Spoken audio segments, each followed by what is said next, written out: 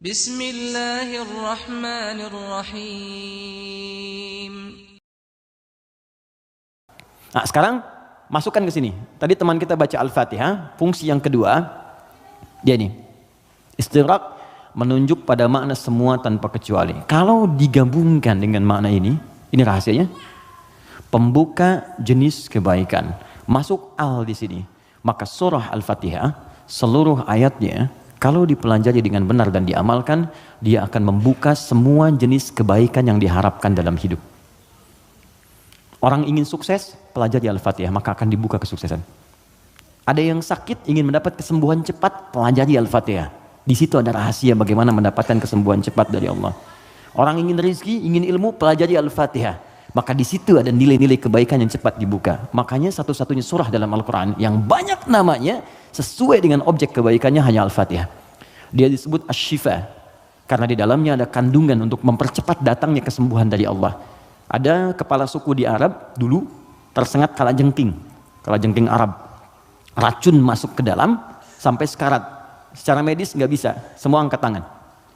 Datang rombongan sahabat, yang tadinya mampir ditolak, kemudian dikejar. Ada nggak yang bisa menyembuhkan di antara kalian? Satu orang mengangkat tangan. Kata orang ini, insya Allah, bukan saya akan sembuhkan, kalau Allah berkehendak. Dibawa orang ini, kemudian menghadap pada kepala suku tadi, dilihat kondisinya, dibacakan Al-Fatihah. Hanya sekali baca. Tidak diulang, tanpa wasilah apapun, begitu dibacakan, selesai baca, sembuh orangnya.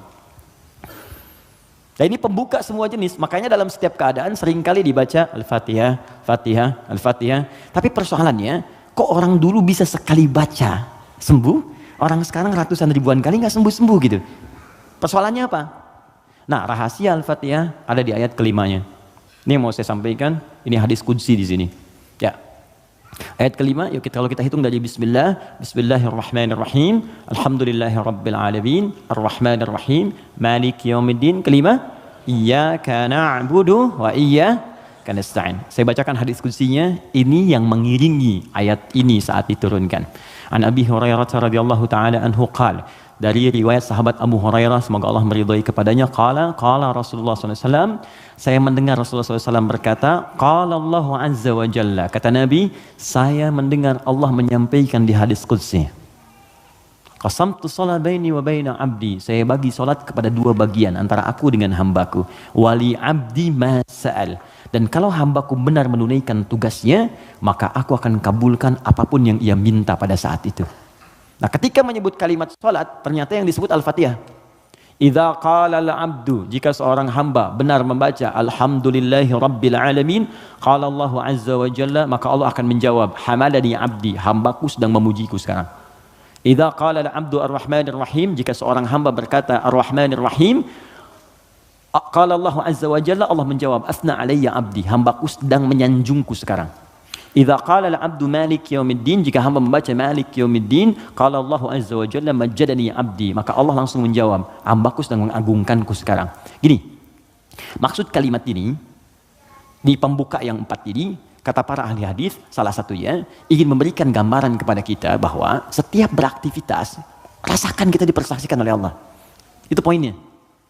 Saya ulang ya. Kalau Anda ingin mendapatkan janji dari kemuliaan Al-Fatihah ini, maka rumus yang pertama, kata para pakar hadis, rasakan setiap kali kita berinteraksi, sekalipun hanya berkata itu, rasakan Allah mengawasi kita. Itu yang disebut ihsan namanya. Apa namanya? Ihsan. Itu ada di hadis Muslim, nomor hadis yang ke-8, paling kiri sebelah atas. Hadis Muslim. Nomor hadis yang ke-8. Di Al-Arba'in, nomor hadis yang kedua.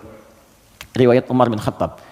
Ihsan an ta'budallaha ka'annaka tarah fa illam takun tarahu fa innahu yarak. Perhatikan baik-baik.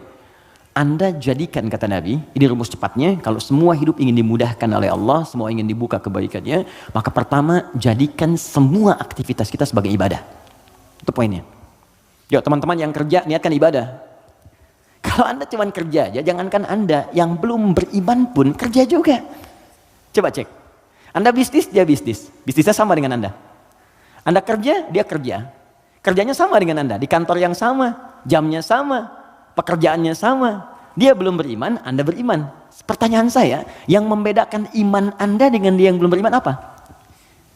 Maka kata Nabi mesti ada bedanya. Bedanya itu adalah jadikan pekerjaan kita diniatkan ibadah.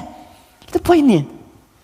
Makanya setiap pekerjaan kita itu pasti melekat doa di dalamnya untuk menjadikan pekerjaan jadi ibadah. Silahkan cek. Cuma dalam Islam ya, dan kita hormati yang lain. Oke, jangan mencelanya apapun, kita hormati, tapi kita yakini untuk menunjukkan Islam itu agama yang benar. Cuma dalam Islam yang seluruh aktivitasnya bersanding dengan doa. Dari bangun tidur sampai tidur lagi. Coba lihat, bangun tidur kita ada doanya nggak? Ada. Cek. Yang lain tidak. Bangun tidur kita ada doa. Makan ada doanya? Ada. Minum? Ada. Berpakaian? Ada. Bahkan maaf ya, urusan ke toilet pun ada doanya. Bahkan kakinya diatur. Masuk toilet kaki kiri, keluar kanan. Beda dengan ke masjid. Masuk masjid kaki kanan, keluar kiri. Doa masuk keluar beda. Tuh, bekerja ada doanya. Even kita tidak tahu doanya pun, kata Nabi cukupkan dengan kalimat Bismillahirrahmanirrahim. Kullu amrin dzibalin la yubda'u fihi bi Bismillahirrahmanirrahim fahuwa abtar. Setiap perbuatan baik yang tidak diiringkan kalimat Allah di dalamnya, minimal Bismillahirrahmanirrahim. Paling singkat Bismillah. Minum Bismillah, makan Bismillah, ya bekerja Bismillah. Itu kalau kita nggak ungkapkan itu mohon maaf nilai ibadahnya hilang. Ya. Nah, apa manfaat menjadikan aktivitas kita ibadah? Di antara manfaatnya, kalau kita menjadikan itu ibadah dan kita merasa disertai, diawasi oleh Allah, maka mustahil Anda akan mengerjakan yang buruk dalam hidup. Mustahil. Ini ada minuman ditawarkan pada Anda. Dan Anda merasa saat akan minum ini, Allah mengawasi kita. Maka mustahil Anda akan menyentuh minuman yang tidak disukai oleh Allah. Mustahil. Demi Allah saya katakan. Nggak akan pernah Anda minum minuman yang dilarang, bahkan mengucapkan kalimat Bismillah. Udah minum aja dulu whiskinya pakai Bismillah biar dosanya kurang dikit. Nggak bisa. Mustahil. Nggak akan Anda sentuh. Pekerjaan juga begitu. Ya, kaki, tangan, teman-teman yang tugas di dewan, nggak akan nyusun anggaran macam-macam. Kenapa? Karena merasa Allah lihat. Nggak mungkin Anda tanda tangan sesuatu, sementara Anda merasa disaksikan Allah. Dan Anda tanda tangan pada yang buruk, mustahil. Oh tapi kan fee-nya besar nih proyeknya. Allah menyaksikan kita. Atau saya istikharah dulu deh biar benar. Jelas ya? Nah, kalau kita merasa disaksikan Allah, kemudian kita berada di track yang benar untuk mengerjakan kebaikan. Jadi dari mulai kepala sampai kaki itu semua baik. Melihat baik, karena takut begitu melihat yang salah Allah lihat nih, malu. Mendengar baik, melangkah baik. Ketika kebaikan ini dijaga, maka terbukalah semua pintu kebaikan. Ini maksudnya. Maka ketika Anda jadikan ibadah, maka perhatikan kalimatnya. Idza qala al-'abdu, ketika hamba sampai pada kalimat iyyaka na'budu. Ya Allah, kepadamu saja, untukmu saja. Perhatikan cara menerjemahkannya. Kami beribadah. Maksudnya kami jadikan semua aktivitas kami sebagai ibadah hanya kepadamu saja. Salat kami hanya untukmu. Puasa kami hanya untukmu. Bekerja pun kami niatkan mendapat ridhamu. Tidur pun kami niatkan mendapat ridhamu. Makanya sebelum tidur kita ada doanya. Kan? Jika Anda benar mengucapkan kalimat ini, iyyaka na'budu, dan kita praktekkan dalam hidup, perhatikan. Wa iyyaka nasta'in. Ya Allah, saya seorang hamba yang pasti punya persoalan dan butuh pertolonganmu. Kalaupun saya punya masalah, pasti saya hanya akan minta kepadamu. Lihat jawabannya. Hadza baini wa baina abdi. Langsung dijawab oleh Allah tuntas. Ini perjanjian antara aku dengan hambaku. Wali abdi. Kalau hambaku benar komitmen dengan perkataannya, mengerjakan semua aktivitasnya sebagai ibadah kepadaku, masalah apapun yang dia minta, aku akan kabulkan. Hadis qudsi. Apapun yang dia minta, aku akan kabulkan.